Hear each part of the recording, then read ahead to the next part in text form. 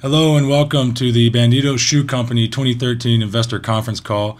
My name is Kevin Lieber, I'm the company's CEO. With me today, I have Nitin Ramachandran, company CMO. I have Ridhima Jain, the company COO, and Eric James, the company CFO. We're going to first run you through a quick agenda here. We're going to talk about the overall market and our company's strategy for approaching that market. We're going to talk about a few key challenges that we faced along the way. And we're also going to then hand it off to each of our company executives to discuss in detail the key challenges they faced in their divisions. So first of all, the market we saw was extremely competitive on quality, specifically high SQ ratings. And however, they did that with a lower price, and that's really squeezed margins for our company. We took a very data-driven approach, assuming that demand was uniform across all the SQs. We figured that if we offered an average SQ rating with a cheaper price, that we should be able to capture a large market share and take advantage of that. However, as we went along, we found that some of our key challenges were that our inventory levels became out of control at points. We didn't have quite enough scale to lower our costs to the point that we needed to be competitive. And those same costs caused our margins to be too low, and no matter what strategy we employed, we weren't as profitable as we should be.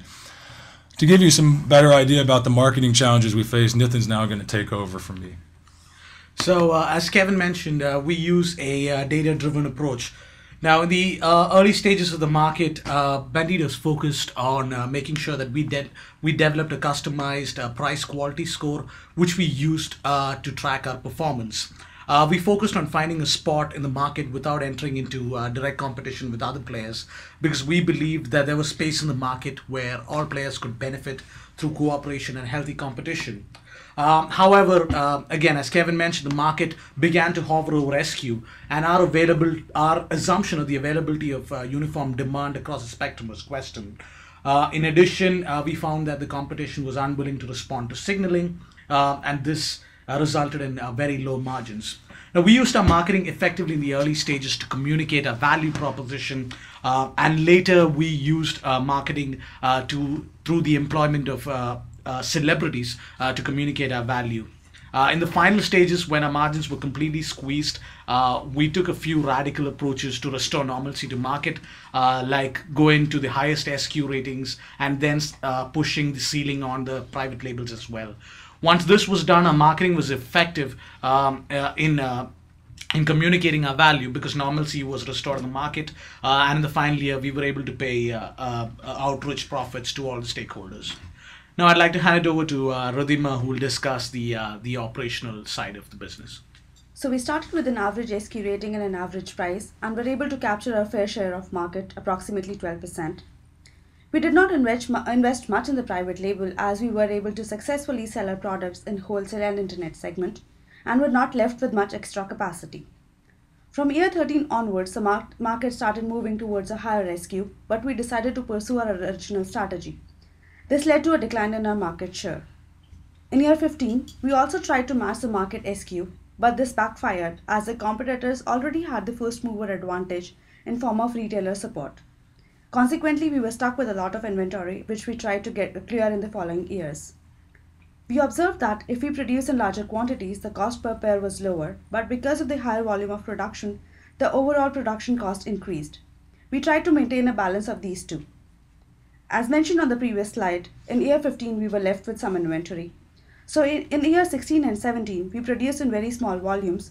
Consequently, the overall cost of production dropped.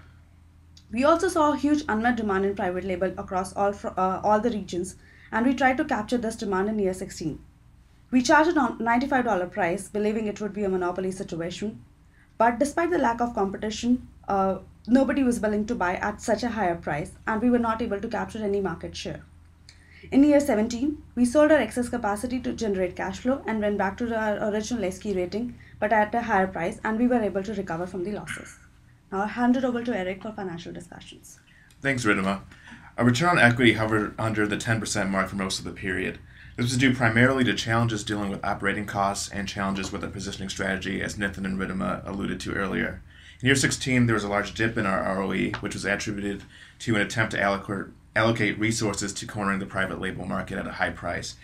We recovered this by cutting costs considerably and offering a low price to clear out inventories. We were able to stay on the positive end of exchange rate adjustments almost every year.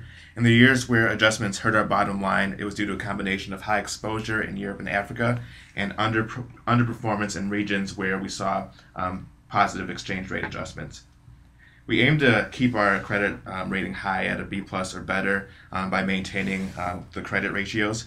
We do this by making sure to not overextend on loans and to take out short-term loans that we could pay off in reasonable time frames.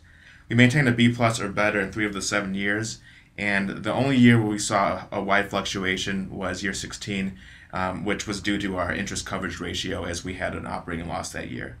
In terms of dividends, we aimed to pay out dividends when we were profitable. We were able to do it in a few of our years, but as I alluded to earlier, sometimes our profit levels rendered us unable to do this. And due to our fluctuating stock price, we weren't able to have any certainty in terms of whether repurchase would be profitable to any degree of certainty. So we chose not to institute a repurchase plan at this time.